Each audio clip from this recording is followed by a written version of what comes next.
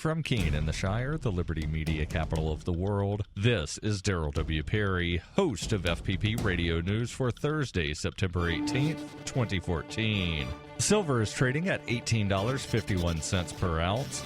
Gold is valued at $1,223 per ounce. And according to BitcoinAverage.com, the average price of Bitcoin is $454.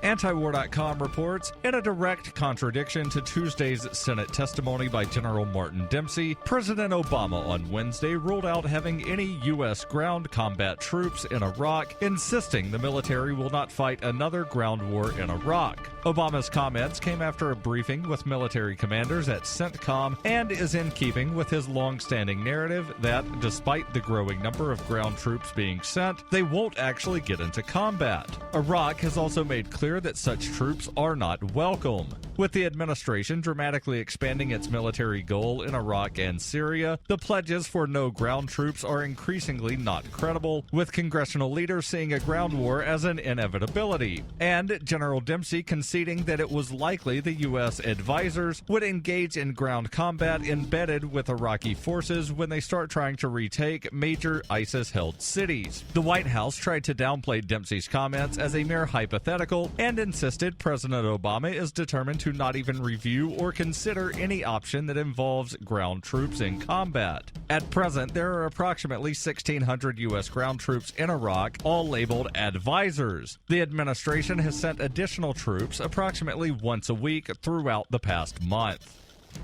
FPP Radio News is brought to you by Coinbase. Coinbase is a simple and secure online Bitcoin wallet for sending, receiving, and storing Bitcoin. Get started at coinbase.fppradio.com. That's coinbase.fppradio.com.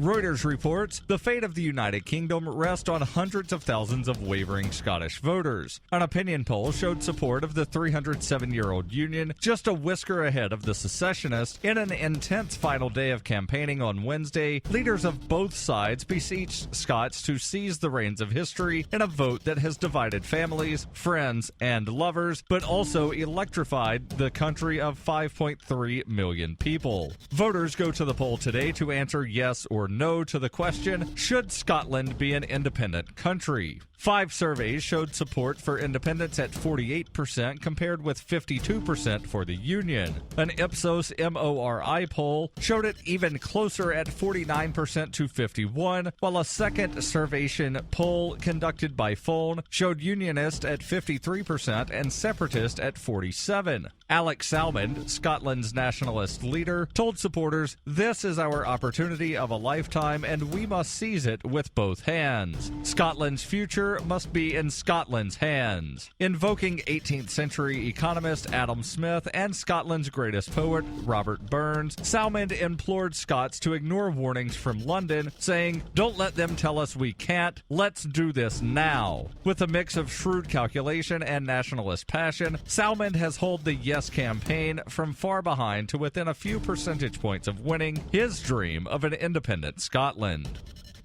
FPP Radio News is brought to you by Roberts & Roberts Brokerage. For over 35 years, Roberts & Roberts has been a trusted source for buying and selling your investment-grade precious metals. They now take Bitcoin for purchasing precious metals so you can turn your profits into a long-term investment. Call Roberts & Roberts today for knowledgeable advice on investing. 800-874-9760. The BBC reports Australian police have made 15 arrests in Sydney and Brisbane in what they say is the nation's biggest counter-terrorism operation. At least 800 heavily armed officers raided properties in the two cities. Police said the operation disrupted plans to commit violent acts. One reported plan was the random beheading of a member of the public. The terror threat is high because of concerns over the domestic impact of the Iraq and Syria conflicts. Police said the raids were being carried out in the western parts of Sydney and Brisbane's south. Acting Commissioner of the Australian Federal Police, Andrew Colvin, said that the operation was ongoing and officers were still out in the field. Colvin said that the authorities had acted on intelligence indicating that a violent attack was being planned on Australian soil. This has been FPP Radio News, online at fppradio.com.